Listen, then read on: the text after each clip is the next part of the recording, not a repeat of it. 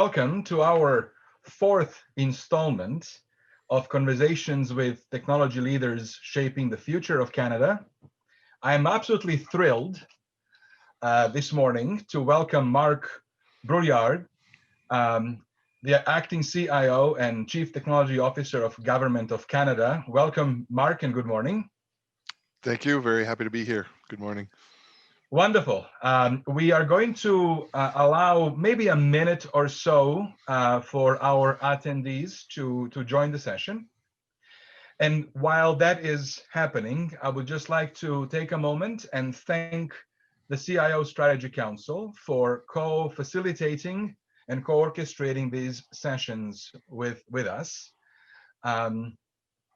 As for those of you who registered for the sessions would probably know, the intent of these sessions is very much in the spirit of the CIO Strategy Council, bring together Canadian technology leaders and technology executives from different geographies and different industries and different sectors, all with the intent to improve the connectedness amongst our Canadian technology leaders, as we fully appreciate that more of that is needed as we all collectively work to put Canada in a leading position globally in this highly competitive environment, in these highly competitive times. So we've been privileged to welcome a number of executives already, but today is a special day because, of course, all of us in Canada, one way or another, get touched by services offered by our federal government. And who better to talk to us about the importance of technology sector than the CIO, CTO of the federal government of Canada. So Marc, again, thank you very much for finding the time to be with us and with this audience this morning. For the audience members, we are going to have some time reserved for Q&A. So I would invite you to submit your questions to Marc using the Q&A function. Of course, I'm not able to guarantee that we'll be able to answer every question, but I would certainly invite you to send your questions to Marc and we will moderate them. And that is going to occur in the latter part of this 45-minute conversation. We will start with a couple of sort of questions that I think will be interesting for everyone to hear.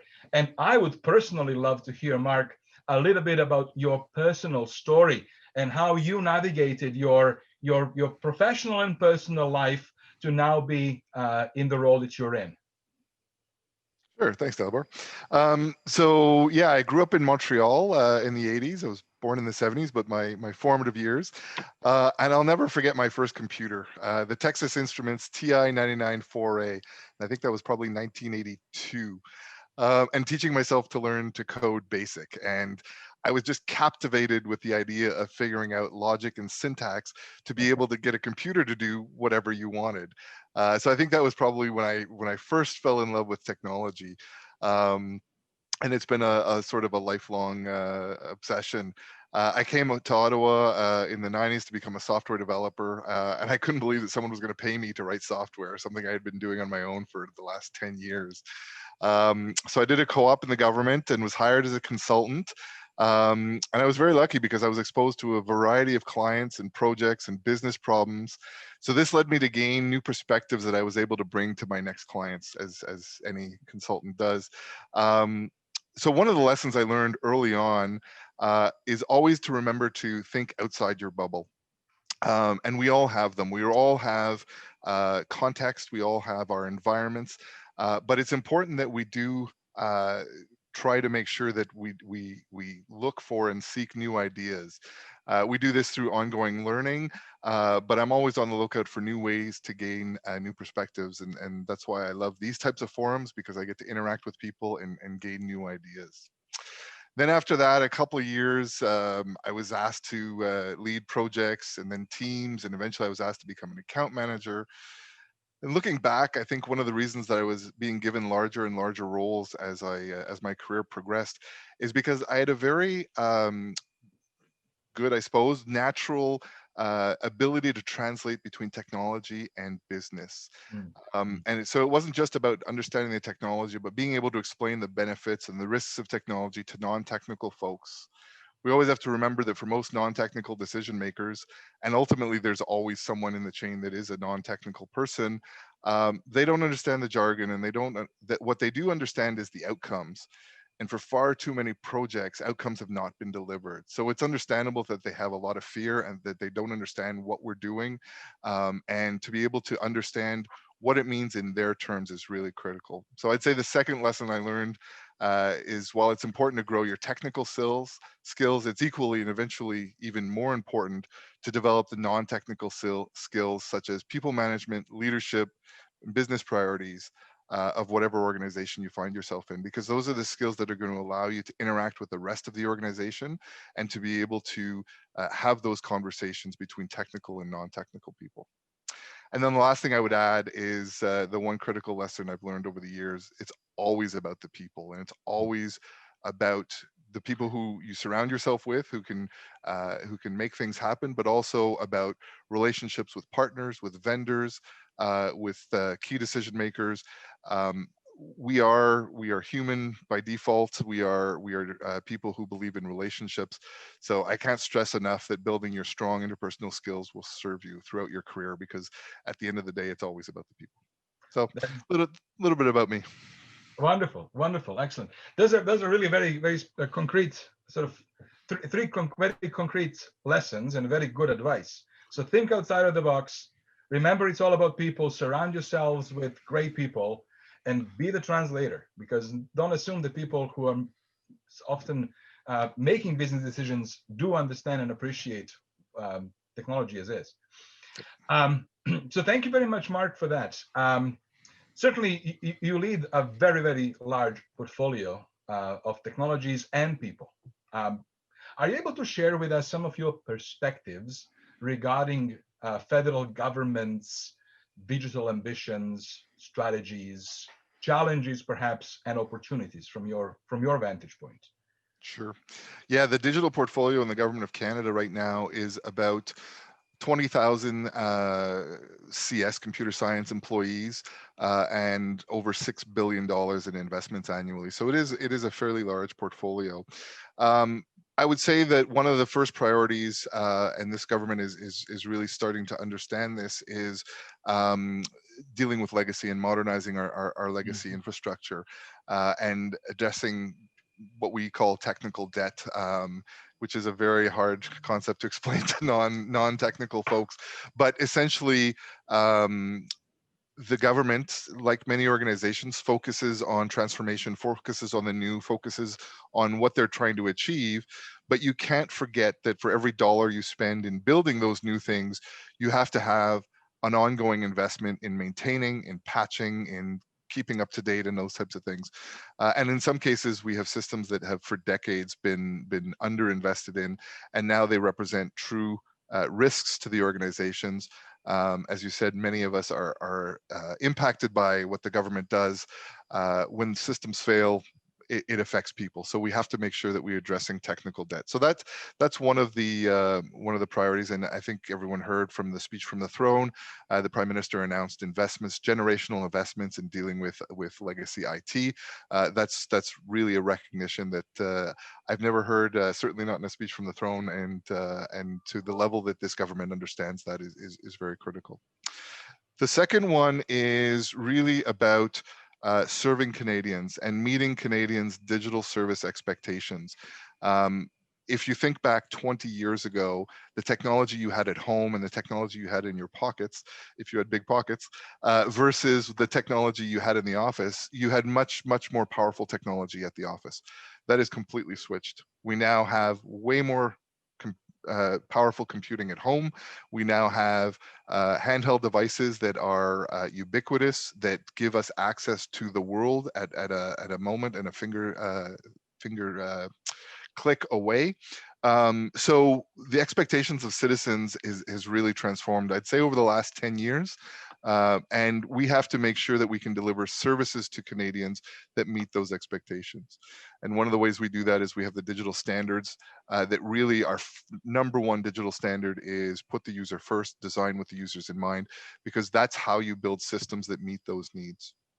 But we also have to do different and innovative things like treat government as an entity. When citizens are coming to see us for benefits, taxes, permits, whatever service, they don't need to figure out, and they don't want to figure out where in the government that service is offered or how they need to apply for it. They want things that are easy to use, easy to access.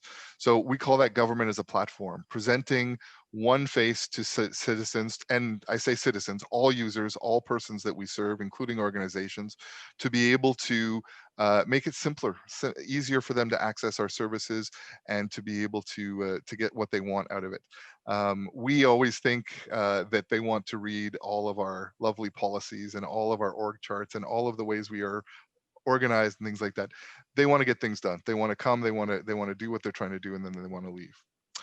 Which is the third priority, which is really about also working as one enterprise and where that's appropriate. Obviously, taxation is very unique to CRA, and employment insurance is very unique to ESDC, and that makes sense, and they are the experts in those areas. But if we think about infrastructure, if we think about networks, if we think about even systems like case management, our ERPs, our HR, we have much more in common across departments than we do variances and differences. So how can we apply an enterprise lens to those activities to make them more efficient, but also just by being able to optimize those investments, we can react quicker and we can do more, so we can actually have a bigger impact in the organizations. And then the last one is really about the culture change, and that's sort of the underlying piece. As I mentioned earlier, it's always about the people, making sure people have the skills, making sure the processes are easy to understand, that they're actually focused on getting things done, making sure we have the right governance and oversight in place. So all of that stuff about how we do things needs to be applied and focused on how do we do things better and how do we do things more effectively. So I would say that's a little bit of a broad scope, but that's really what we're focusing on. Excellent. Thank you very much. So clearly you mentioned that you've been essentially in the technology business for now probably 3 decades, give or take. Fair to say. Yeah, fair to say. How have you observed the evolution of the technology executive role that a technology leader has over the past number of years? What would be some of those of changes perhaps that you have observed, evolution? That's a great question. So in the technology leaders, I think we're seeing an evolution of, it's not just about the technology, it's not just about the operations. As CIOs, we all know that keeping the lights on is job one. You have to make sure that systems are up and running and that they're dependable and that outages are fixed and all those types of things. But we're really recognizing that CIOs need to be at the executive table, they need to be partners in the organization, and they need to be bringing that business lens, or at least understanding that business lens. But oftentimes they should be contributing to those discussions around how business can be improved through digital lenses. So how we can improve our processes, how we can reduce risk, many different things like that. And I said technology leaders because I think it's also important that non-technology leaders are also on an evolution. And that evolution is that everything is a technology business. Everything is a digital business. And I think that's been known in the private sector for a long time. I think that is becoming more and more of a reality in government. They are understanding that policies implemented are digital solutions, and we don't or shouldn't be investing in non-digital ways of implementing those when we can. Obviously, there are some exceptions still, but what that means is every business owner in the organizations in the government needs to have at least a digital literacy and work together with the digital business unit leaders and to be able to define what it is they're trying to do and how technology can help. And again, the digital standards come into play there, where we want to make sure that we are designing for users at all times. We are leaning out our processes. We are thinking about how things can be done simply. And oftentimes technology is an enabler to that. I think about the passport process that was in place. The last time I got a passport, I think I had to find 2 friends who could sign for me and sign the back of pictures. They've really, really streamlined that process. And they did that because they looked at it and they said, what is this really getting us? And what do we really need out of it? What is the outcome of this process? The outcome is you need to give a passport to the right person and not to the wrong people. So they looked at different ways of doing that. That was a digital enabled capacity that came together. So we have to continue to work on those solutions. Unfortunately, about 40% of our services are end-to-end digital, and about 70% have some component of digital. So we need to get those numbers up. That's for sure. So what you spoke about is the need for the tech leader, or the evolution where tech leader needs to be more and more business savvy, but that has to be met by the evolution of business leaders who need to become tech savvy. And then it's almost an integration where the conversation actually can be mutually understood on both of those technology and business platforms. That's actually a very, very, very wise observation, and certainly true. You mentioned a lot about culture and right skills and the need to be able to translate technology to business as part of your own story. When you reflect on people that you surround yourselves with, and you mentioned that's one of the critical success factors is to assemble the right team of people. What are those skill sets? What are those characteristics that you look for in people that you want to join your team? So technology, obviously, technology understanding is kind of table stakes. We are talking technology, and it is important that we understand what those implications are, because technology is moving incredibly fast. So I'm just thinking about the evolution of cloud and cloud services, what that means. Cloud services is not just about the technology, it's about the impact on the business and the impact on how we do business. But if you don't understand the technology and what containerization means, what self-provisioning means, different things like that. There's obviously a lot of networking involved. It's somewhat more difficult to have those business conversations without that impact. But no surprise, you also have to understand that business side. So if someone were able to explain technology but not put it in the context of the business, that would be someone who is not going to be able to do the things that we're trying to do, which is really about moving the direction of the business, getting the understanding of the business leaders to be able to drive those changes. So again, I know I'm maybe sounding like a broken record, but that integration between technology and business is very critical.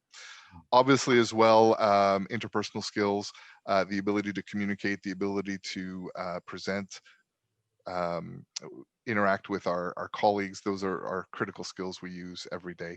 And then it doesn't hurt to have a very good understanding of the machinery of government and the policies, especially at Treasury Board. And something I am not a lifelong government employee. I've only been in the government for about 10 years now. And that was a steep learning curve for me. And understanding the ins and outs and intricacies of policy and policy design is something that I need as well. So. And it also doesn't hurt that you surround yourself with people who can backstop your weaknesses, and that's always an important consideration. Wonderful. Thank you for that. Now, from your vantage point, leading the technology portfolio for federal government, I think that we intuitively understand that tech sector is a critical sector for Canadian economy. What are your perspectives on the role that tech sector in Canada plays or could play better as a lever of our both national economic platform, national role on the international stage, but also our society as a whole? So technology is really becoming intertwined in our daily lives, both personally and business, like never before. And that trend is going to continue. So I think a part of it is understanding where the problems are, what are the challenges that everyday Canadians face, and how can technology help. That's always going to be a driver. I think they call it product market fit. And so that ability to identify technology innovation with a need, with a gap in the market that can be addressed, an addressable market. Because without that, you're doing technology for technology's sake. And while that's good for core research and innovation, at the end of the day, it has to have a reason to exist and a reason to help Canadians. That being said, Canada has an amazing research and innovation history, especially when we're talking about artificial intelligence, which I think we're one of the world leaders in. That ability to be thought leaders and to be at the forefront of addressing these problems, I think is paramount to Canada's both economy as well as our place on the world stage. And I also think that we have the ability to drive a little bit of a positive vicious cycle of, as innovation creates dependencies, dependencies create innovation. So building up that digital infrastructure so that all Canadians have access to all capabilities is really a positive driver in the market. So I think we have to make sure that we're supporting that. And as the government of Canada is one of the largest IT procurers in the country, I think we have a role to play to make sure that we're pushing innovation. We're looking for new ideas and new ways of doing things. And we have many different programs, most centered at ISED and the NRC, but I would recommend anyone who is in the startup space understand what the government can do to support innovation in those spaces, because there really are some amazing programs. Mm-hmm. Thank you. We did receive a number of questions from the audience, but there is one question that is linked to this particular conversation. Maybe I'll ask it now. Sure.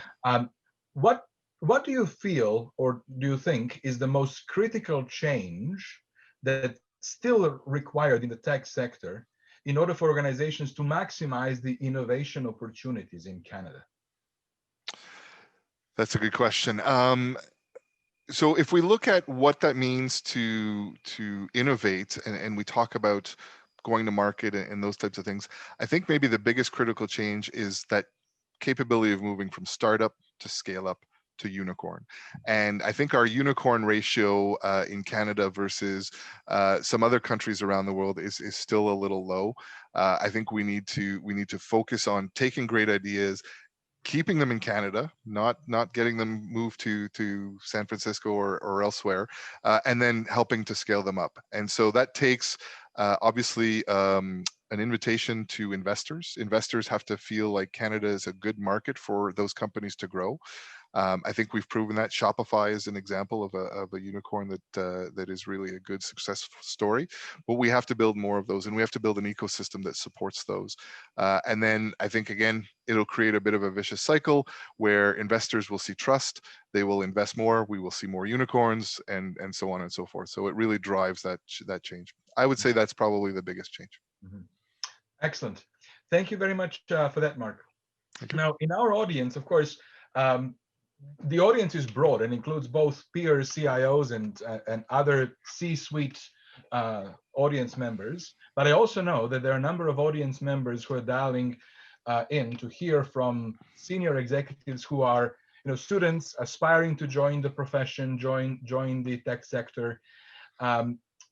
What would be your advice, knowing what you know, experiences that you've collected, projecting into the future? What would your advice be to perhaps some student audience members listening in today? No, that's a great question, and I love to talk to people who are coming into the field, and hopefully can impart a little wisdom. I would say the first thing: understand the big picture. Technology, as we've talked about, should never be an end of its own. It's always in support of evolving business problems or making people's lives better.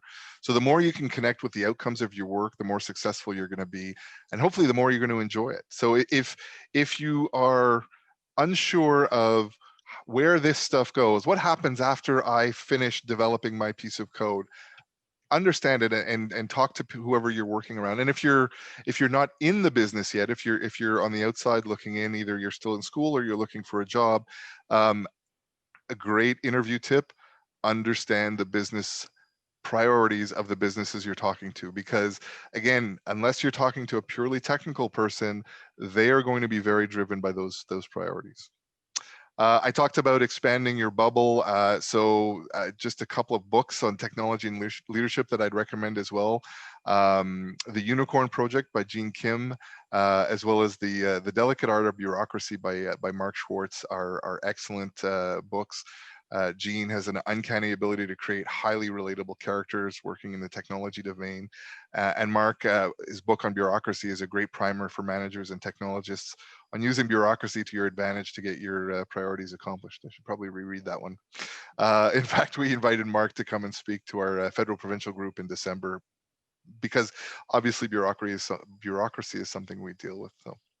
And then lastly, if you're thinking about potential options for your career, I would also urge you to consider joining and launching a stimulating and fulfilling career in the federal public service.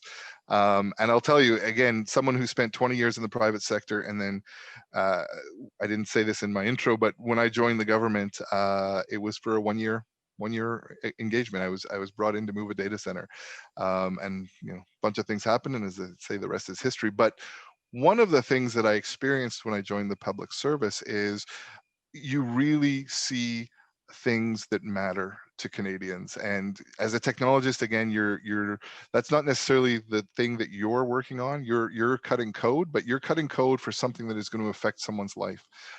You're cutting code to either support a benefit or to support a regulation or different things like that. So it is a very fulfilling environment to work in, and the more we see our outcomes have positive benefits, I think the more that we do that. We've also worked with, well, as a matter of fact, with Shopify and others on civic duty engagements. So short-term engagements, 1 or 2 years, to be able to basically do an exchange to come work for the government if you're interested in helping out and serving your country. So if anyone's interested in that, please feel free to reach out to us. Fantastic. Thank you very much, Mark, for that question. A couple of questions have come from the audience that I would like to pass on to you. Obviously, federal government IT group, you mentioned 20,000 computer professionals spread across the country. How has COVID impacted that staffing complement? The question is, are these people mostly now working from home? Is it a mix? Like, what's your perspective of, maybe you can tell us what has happened, and maybe some perspectives on what is likely to happen over the next year now as vaccine is coming, and we hope that the situation is going to be dramatically improving over the next few months. Mm-hmm. Yeah, it went from March 11th to March 13th, overnight, 250,000 roughly public servants started working from home, and most of them are still there. At first, it was a big impact. We were worried about networks, we were worried about technology. The thing that broke first was the telephone lines. We were all using audio conferencing as sort of the default in the beginning, and we just overwhelmed the telephone networks. And so that was one of the first things that adjusted, but the telcos reacted extremely well, and that was resolved very quickly. But then we hit remote access, then we hit bandwidth, then we hit conference calling, Zoom issues, all those types of things. So it was really about addressing them one at a time, and giving people the ability to be as effective as possible working from home. So having the tools to communicate, to collaborate, to connect were all necessary. And I'd say that we're in a pretty good shape, especially as technologists, because most of us can work remotely extremely effectively. There are still some positions where that's a little bit more difficult. And I think there's broadly two categories that are probably the most challenged. Obviously, anyone who has to deal with the public, but also anyone who has to deal with paper. And the reason I mention that is because both of those interactions highlight an opportunity for digital solutions that can help. Now, personal interactions, some can be digitized, some can't. At the border, for example, someone is coming off a plane, obviously there's a personal interaction required. But CBSA is looking at different technologies to be able to support that process through ArriveCAN and other technologies to be able to streamline the process, limit personal contact, so the need to exchange passports and things like that. those things can be addressed by technology. But the other one that was a real pressure on the system is anyone who is still dealing with paper felt it very acutely, and kudos to many of them that found very quick workarounds to even just taking pictures of documents with their cell phones and emailing them around instead of sending paper. Those are great examples of how we can digitize sort of as a short term and then fix them more long term. So I would say that largely, like I said earlier, the technologists have been able to adapt to working from home. This type of technology is become the de facto standard for meetings, and God knows once you get into the executive components of government, you spend a lot of time in meetings. But the next step is really going to be what happens when we can go back to work. And just because we can doesn't mean we have to. And we're all pretty sure there's going to be more acceptance of being able to work remotely, at least partially, or at least part of the time. But the other one that I'm excited about is we don't have to hire locally anymore. If we have talent, especially in technology, we can really hire remotely from the get-go, and have proven that works. So there's a lot to figure out. There's still some things that we don't know. We don't know what it's going to be like to when we can go back to work.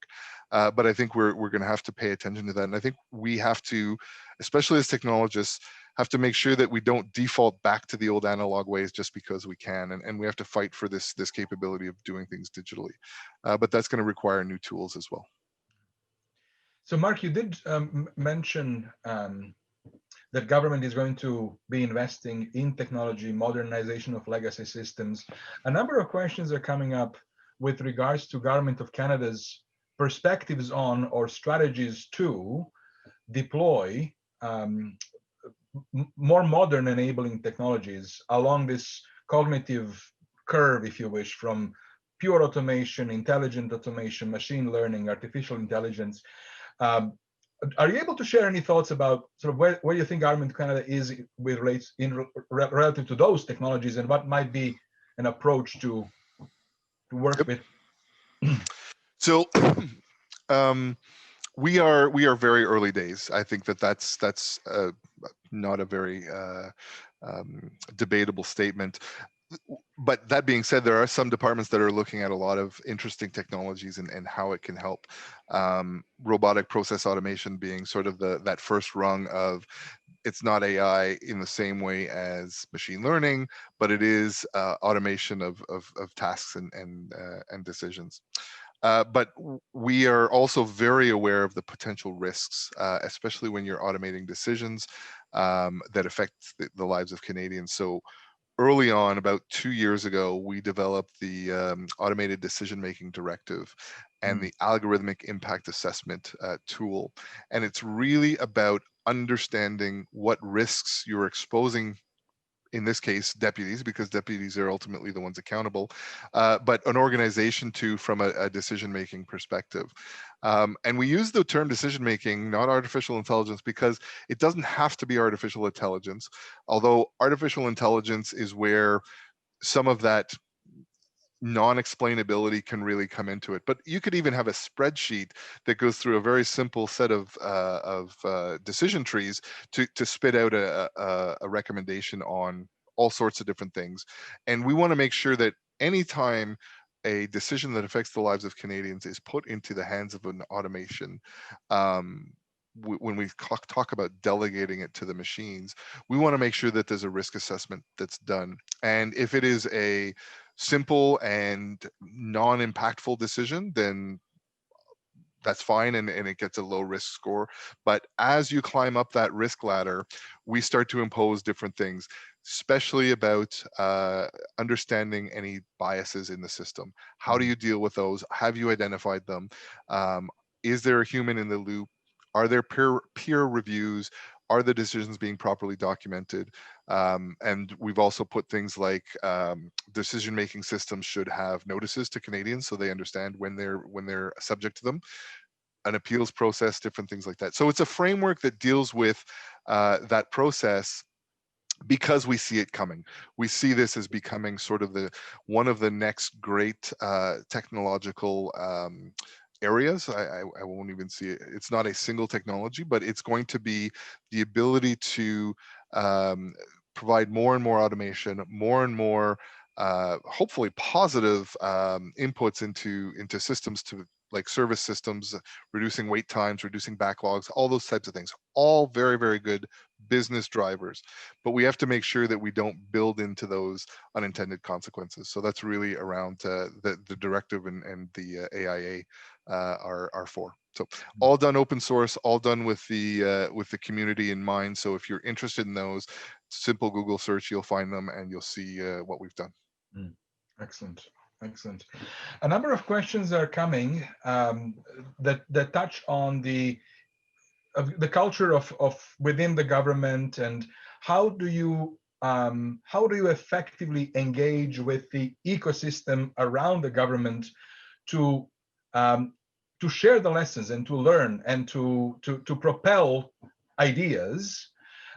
So maybe Mark's, obviously CIO Strategy Council is one of those channels. Maybe there is a word around the council that you can share, but what other mechanisms might there be or are in place to more effectively engage from the government's perspective into the rest of the ecosystem? Great question. We do a lot of that. You mentioned the CIO Strategy Council, and again, going back to that, one of those first statements I made about understanding, getting out of your echo chamber, understanding new perspectives, your bubble. So the CIO Strategy Council, I co-chair with Jim Basili, is a great place for senior leaders across private sector, public sector, federal, provincial, territorial. It really does bring a broad cross section of Canadian digital leaders together. So that's been very useful. We also have other engagements with our partners, both across the federal, provincial, and territorial landscapes. So understanding that's been very critical to many of the programs that have been launched, especially around the pandemic. And one of the things that I've benefited from is things are moving so quickly and things are moving so critically as well, that being able to reach out and see what other people are doing, see what other jurisdictions, whether it be a country or a different business that have worked, or more importantly haven't worked, has been critical. One example of that was Singapore. Very early on, was one of the leaders in the COVID contact tracing, and I think you guys were working with them in some of that space as well. And one of the technological barriers we knew about then, even before Apple and Google came out with it, was this Bluetooth challenges. And so we were able to get informed of that very, very early on in the process. And through the work that you guys did, as well as what the governments of Singapore did, we're able to kind of inform us. And that gave us the some of the background information we needed when the Apple Google API came out, to say that's necessary. That is a necessary step, because the devices, if they're not enabled, are not going to be able to do what we want them to do. So that was a very good example. So we also have the Digital Nations, which is a 10-member country organization. We chaired it this year. We held the Digital Nations conference on the edges of Forward 50, and it was virtual this year. And I think it was a really good opportunity to exchange information as well, not just at the officials level, but at the ministerial level as well. And again, that goes to building awareness of what are the challenges we face on a day-to-day basis, because at the end of the day, if we don't have the ministerial support, it's very hard to move some of these agendas through. So all of those formats are excellent ways to for me and for others, and hopefully other members, to expand their perspectives and get outside their bubbles. Excellent. Thank you for that, Mark. There was a question here around the collaboration between federal government from the technology perspective and provincial governments from technology perspective in the distribution of vaccines that are coming. I'm not sure if it's a fair question, if you were able to actually answer it or not, but that was a question that I thought was interesting, to if there is something that you know or can share. So the only thing I know and can share about that is that is happening right now. The vaccine distribution challenge is very, very high on the government's priority list, and there's a lot of things going on in that space. What I would say is in Canada we have a distributed healthcare system, so the provinces and territories play an absolute critical role in that. I think the federal government plays a supporting role in being able to make sure that Canadians have the vaccines as needed. So all I can say is there's a lot of engagement going on right now. It does require a partnership. It does require us all working together, because one entity or jurisdiction can't do it all on their own. So we have to work as a team to get that done. Excellent. And I Thank you. think we'll hear a lot more about that in the coming weeks and months. So Marc, as part of your answer to the question or addressing students about the career, you mentioned a number of books that you recommended. And I actually have a question from the audience. If you could repeat what those recommendations are, people can take note. So The Unicorn Project by Gene Kim, and The Delicate Art of Bureaucracy by Mark Schwartz. Not to be confused with The Subtle Art of Something Else, which many of you know. Excellent. A number of questions have touched on the topic of digital security. And obviously that's a very hot topic, and if anything is going to get hotter and hotter over the Unfortunately. Yes, yep. Exactly. And of course, to the degree that is possible and appropriate, can you comment on some of those some of the approaches perhaps that federal government has from a technology perspective to both deal with, stay one step ahead, the cyber threats that I'm sure are exposed daily? Yes, it's constantly. And unfortunately, as many of you know, in the cybersecurity space, we have to protect against all threats. A cyber hacker only has to find one vulnerability. So there's obviously a continuous bit of an arms race there. So one of the things that is a little unexpected, but that has come out to be extremely useful is, many of you know, in 2011, Shared Services Canada was formed as the common infrastructure provider for many of the largest government departments. So this is sort of one of the very first steps of thinking enterprise.